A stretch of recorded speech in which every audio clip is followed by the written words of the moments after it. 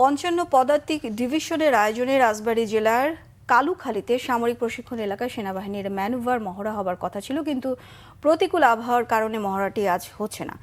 দর্শক, অনুশীলন স্থলে রয়েছেন আমাদের বিশেষ প্রতিনিধি সিকান্দার রহমান, যুক্ত চিতার সঙ্গে। রেমান, শীতকালীন মহড়া তো হবার কথা ছিল, তো পরবর্তীতে কবে হবে, সবশেষ কি খবর আছে আপনি জানাবেন আমাদের। জি, মহড়াটির প্রস্তুতি নেওয়া হয়েছে কিন্তু গত প্রায় 1 মাস ধরে, এবং মূলত আজকের এই মহড়ায় প্রধান উপদেষ্টা ডক্টর মোহাম্মদ ইউনূস, সেনা বাহিনীর প্রধান, বিমান বাহিনীর প্রধান এবং নৌবাহিনীর প্রধান উপস্থিত থাকার কথা ছিল। কিন্তু প্রতিকূল আবহাওয়া বলতে এখানে আসলে কুয়াশার কারণে ঢাকা থেকে তারা হেলিকপ্টার যোগে এখানে আসার কথা ছিল, কিন্তু হেলিকপ্টারে অতি কুয়াশার কারণে হেলিকপ্টারে করে তারা এখানে আসতে পারেনি। ফলে পরিপূর্ণ প্রস্তুতি থাকার পরও কিন্তু আজকের এই মহড়াটি হলো না।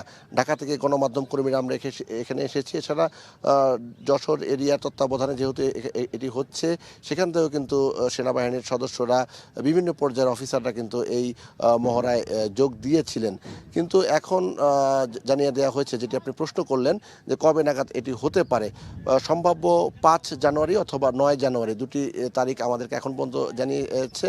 তবে কবে আনুষ্ঠানিকভাবে এই মহড়াটি হবে সেটি কিন্তু এখনও আমাদেরকে নিশ্চিত করা হয়নি। তো এই মহড়ার যেটি উদ্দেশ্য সেটি হচ্ছে আমাদের সেনাবাহিনীর সক্ষমতার বিষয়টি এখানে রয়েছে। সেনাবাহিনী, আমরা পররাষ্ট্র নীতির যে বিষয়টি, আমরা কারোর সঙ্গে শত্রুতা নয়, সবার সঙ্গে বন্ধুত্বপূর্ণ আচরণের মাধ্যমে বাংলাদেশ সবসময় নিজেদের অবস্থান জানান দিতে চায়।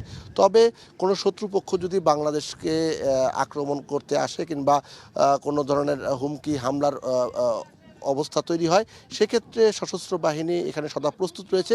সেই বিষয়টি জানান দেওয়ার জন্যই কিন্তু প্রতি বছরের ন্যায় এবছরও শীতকালীন এই মহড়াটির আয়োজন করা হয়েছিল। তবে প্রধান উপদেষ্টা না আসার কারণে এই মহড়াটি আজকে হয়নি। অতি দ্রুত সময়ের মধ্যে এই মহড়াটি অনুষ্ঠিত হবে। তো মহড়া থেকে এই হচ্ছে সবশেষ অবস্থা। জি রেমান, ধন্যবাদ আপনাকে। দর্শক, রাজবাড়ী থেকে যুক্ত হয়েছিলেন সহকর্মী সিকান্দার রেমান।